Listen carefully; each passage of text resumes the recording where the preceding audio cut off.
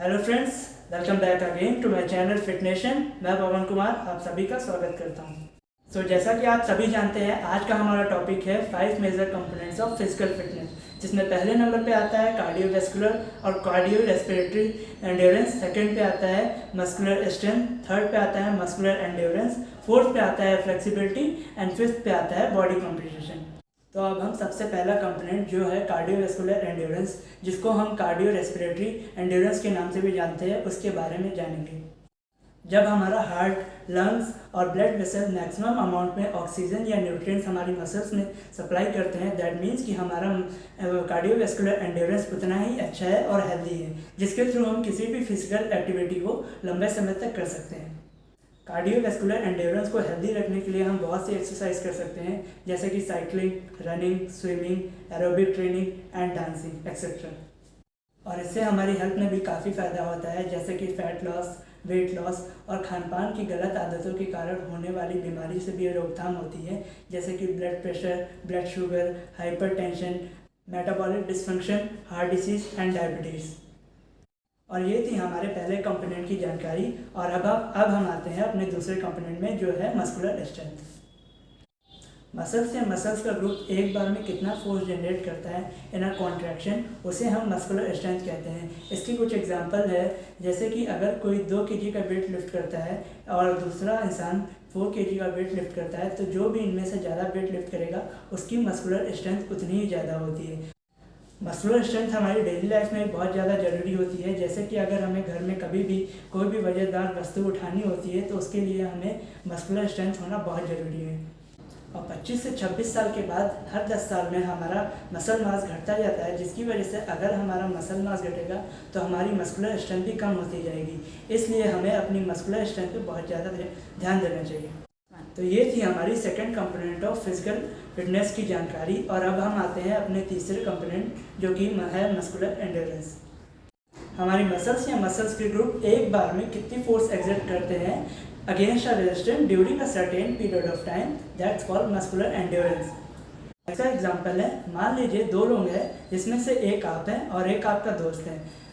अगर आप दोनों सीढ़ियाँ चढ़ते हैं और आप अपने दोस्त के मुकाबले ज़्यादा सीढ़ियाँ चढ़ पाते हैं, तो इसका मतलब ये है कि आपका मस्कुलर एंड्योरेंस आपके दोस्त से ज़्यादा है। डैट मीन्स कि आपका मसल्स की सहनशीलता ज़्यादा बेहतर है उससे। मस्कुलर एंड्योरेंस के बेहतर होने से आप किसी भी फिजिकल एक्टिविटीज़ को लंबे समय तक कर सकते हैं। और इसका एग्जांपल है, अगर आप जिम में 20 kg के 10 रेपिटेशन लगा रहे हैं और आपका दोस्त 20 kg के 5 रेपिटेशन लगा रहा है, दैट मीन्स कि आपका मस्कुलर एंड्योरेंस आपके दोस्त से ज़्यादा बेहतर है। मस्कुलर एंड्योरेंस हमारी डेली लाइफ में भी काफ़ी मददगार साबित होता है। मस्कुलर एंड्योरेंस को बढ़ाने के लिए हम वेट ट्रेनिंग, रेजिस्टेंस ट्रेनिंग या कार्डियो कर सकते हैं। तो ये थी third component of physical fitness की जानकारी। और अब हम जानेंगे अपने fourth component of physical fitness, जो है फ्लेक्सिबिलिटी। फ्लेक्सिबिलिटी एक रेंज ऑफ मोशन है जो हमारे जॉइंट्स और जॉइंट्स के ग्रुप के लिए काफ़ी बेनिफिशियल या प्रभावी है, जिससे हम अपने जॉइंट्स को कंप्लीट रेंज ऑफ मोशन में अच्छे से मूव कर सकते हैं। अगर हमारे joints normal range of motion में मूव नहीं कर पा रहे हैं, तो ये हमारी फिजिकल फिटनेस के लिए अच्छी साइन नहीं है। एक अच्छी फ्लेक्सिबिलिटी हमें बहुत सारी चोटों से भी बचाव करती है, जैसे कि मसल इम्बैलेंस, और ये हमारे बॉडी पोस्चर्स को भी सही बनाए रखने में मददगार साबित होती है और हमें कंप्लीट बेंड होने में भी हेल्प करती है। बहुत सारे लोग वर्कआउट के दौरान फ्लेक्सिबिलिटी को इग्नोर करते हैं। उनका ज़्यादातर फोकस वेट ट्रेनिंग या कार्डियो में होता है, बल्कि उनको स्ट्रेचिंग या फ्लेक्सिबिलिटी पे भी उतना ही ध्यान देना चाहिए। स्ट्रेचिंग मेनली 4 टाइप्स के होते हैं, जिसको हम अपने नेक्स्ट वीडियो में कवर करेंगे। तो ये थी हमारी fourth component of physical fitness की जानकारी। अब हम बढ़ते हैं अपने लास्ट कंपोनेंट, जो है बॉडी कॉम्पोजिशन। हमारी body lean muscle mass and body fat से मिलकर बनी होती है। लीन मसल मास में हमारी skeleton, muscles and other organs आते हैं, और बॉडी फैट अलग होता है। हमारी बॉडी में जितना ज़्यादा लीन मसल मास होगा और जितना कम बॉडी फैट होगा, उतनी ही हमारी फिटनेस अच्छी होगी। हमारी बॉडी में एक सही मात्रा में बॉडी फैट भी होना जरूरी है, जो कि मेल्स में 2 to 5% है और फीमेल्स में 10 to 13%।